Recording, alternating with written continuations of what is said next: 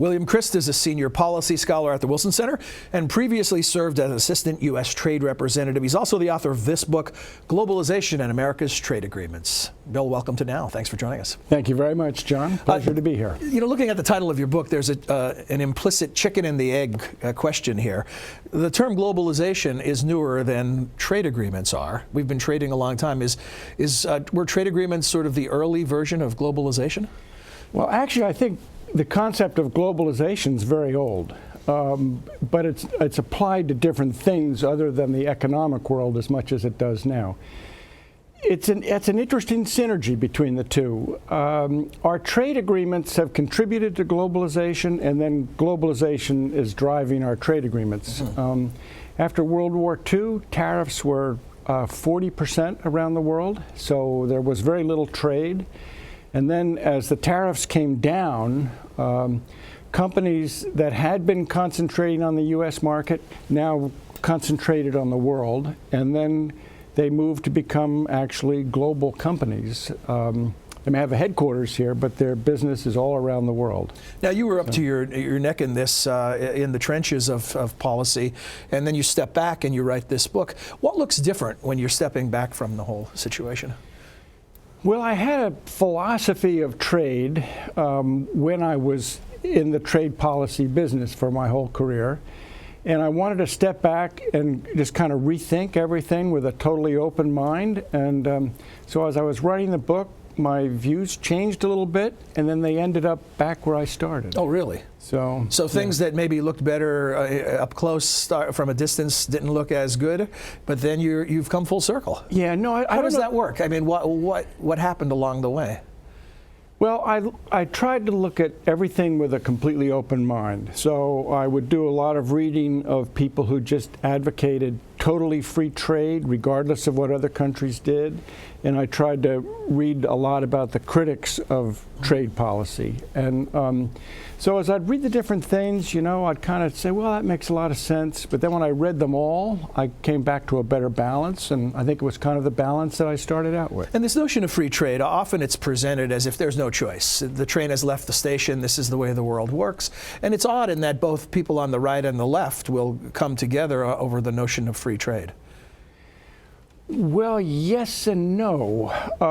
I think people maybe on the far left and the far right have a lot of reservations about trade. On the left, it's maybe driven a lot by concerns of what happens to labor in the United States. Mm-hmm. And on the right, it's kind of driven by this question of national sovereignty. And the question of, well, if you have these trade agreements, you're giving up a piece of national sovereignty, and so therefore we don't like it. Right, they may have different objections, but in the end, there is no major faction that is completely against free trade. Is that correct? Politically significant. Politically significant, yes, I think that is correct. People will define free trade a little bit differently, but yes, I think that's basically correct. So winners and losers. In any agreement, in any business transaction, some do better than others. Right. On balance, when we're talking about the U.S. history of trade agreements, what are the trends? Who tends to win the most? Who tends to suffer the most? Well, the suffer the most is labor, particularly unskilled labor.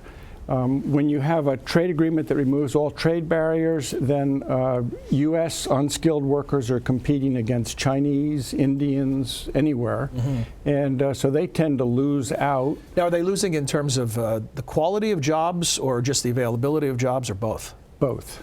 They're getting pressures downwards on their wages, and it contributes to unemployment there. And then are there industries that win big? Yes, certainly. The companies, particularly that have highly skilled technology, capital-intensive technology, banks, things like that, tend to be the biggest winners. And now looking ahead, tell us about the current agenda. We've just observed, I was going to say celebrate, but that depends where you're standing, an anniversary of NAFTA. Some people still highly critical. Now we're talking about TTIP. What's the current trade agenda hold for the United States? Actually, it's a huge agenda, and I don't think it's being covered very well in the press. You've got the Trans-Pacific Partnership negotiations with 11 other countries, including Vietnam, Japan, and a bunch of others. and you've got a major negotiation starting up with the European Union. And then there's some big negotiations actually going on in the World Trade Organization. There's one on services, information technology, and government procurement. So what are the most important lessons we've learned from previous agreements that might make future agreements better? Well, I think that they cover a whole range of issues now, including investment, services, intellectual property protection. I think all of those things are good. I think that there's some minor changes that the U.S. should make to our negotiating template so that we minimize the pain for the people who get hurt by it, and in fact we find other ways to compensate them, and that lessen the ability of special interests to drive the agenda so that it's an agenda really driven by our national economic interest. Well, Bill, thanks for joining us, and thanks for providing a textbook for people who want to learn about global trade issues and the U.S. history of it. Thank you, John. My pleasure.